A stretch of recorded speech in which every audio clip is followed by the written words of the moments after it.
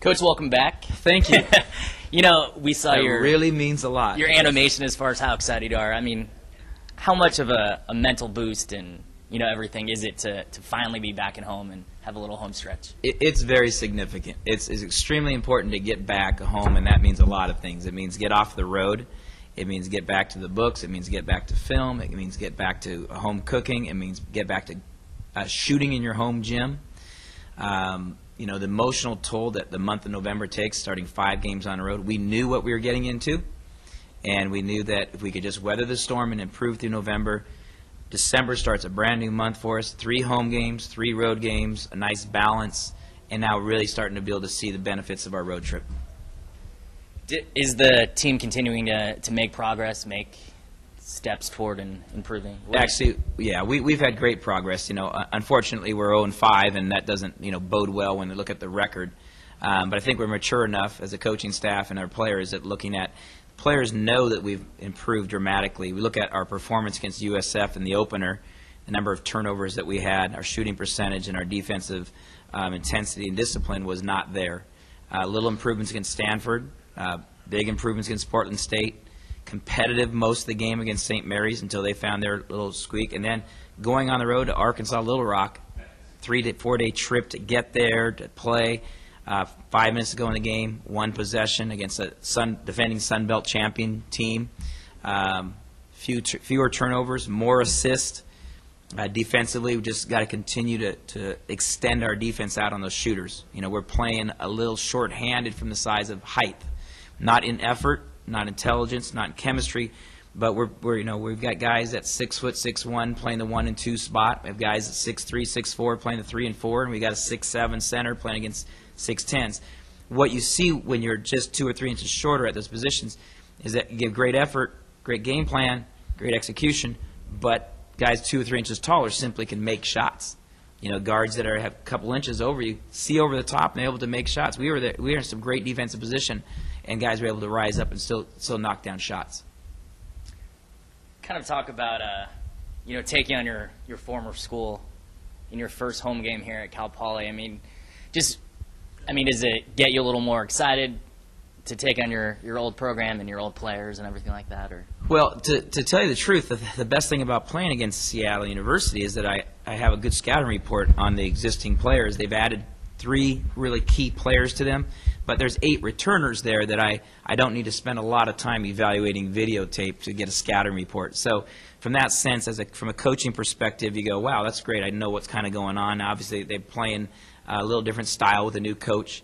They've had a great start of the season. They've won some big games already, beating Weber State, beating Utah, beating Fresno State. They picked up a recruit from the University of Washington, a high major NBA prospect in Charles Garcia, 6'10", averaging 25 points and 12 rebounds a game, blocking shots.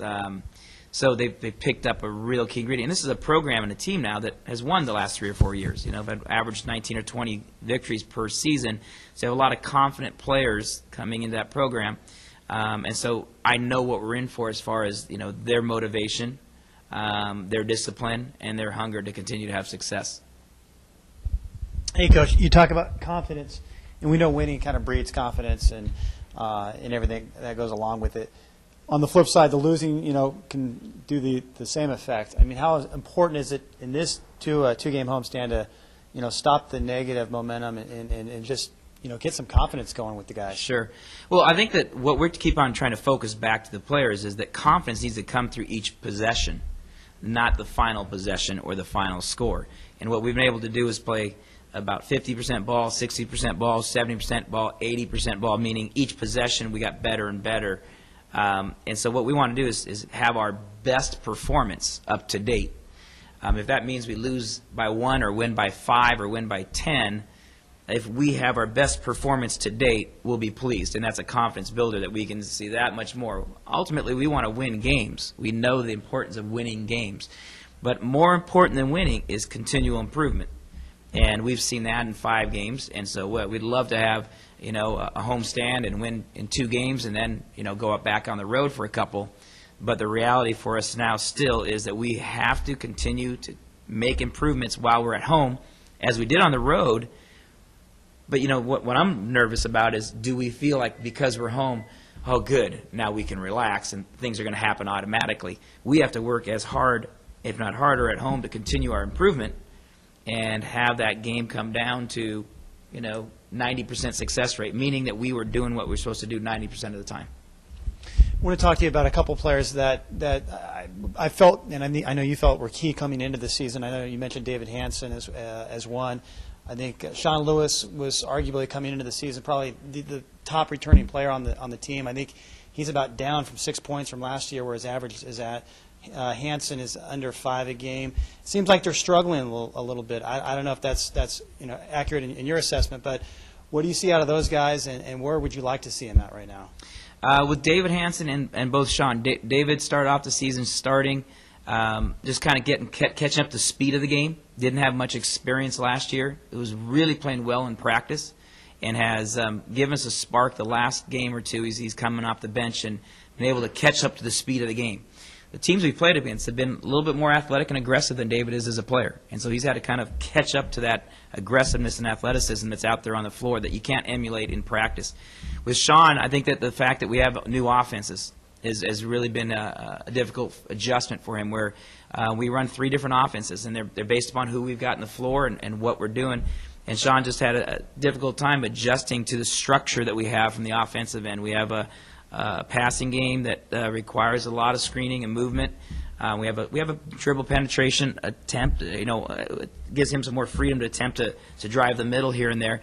But anytime you bring a new coach in, the players have certain expectation how they want to play, and the coaches have expectations on how we want to play. It's really about us getting on the same page by conference play, that he understands how to utilize his strengths within that team concept, within that role of how to benefit the entire team. Not just, I want to take the ball right now, but Sean's working on that, and he's made a commitment to watching the video, working with his teammates, working the coaching staff to find those opportunities.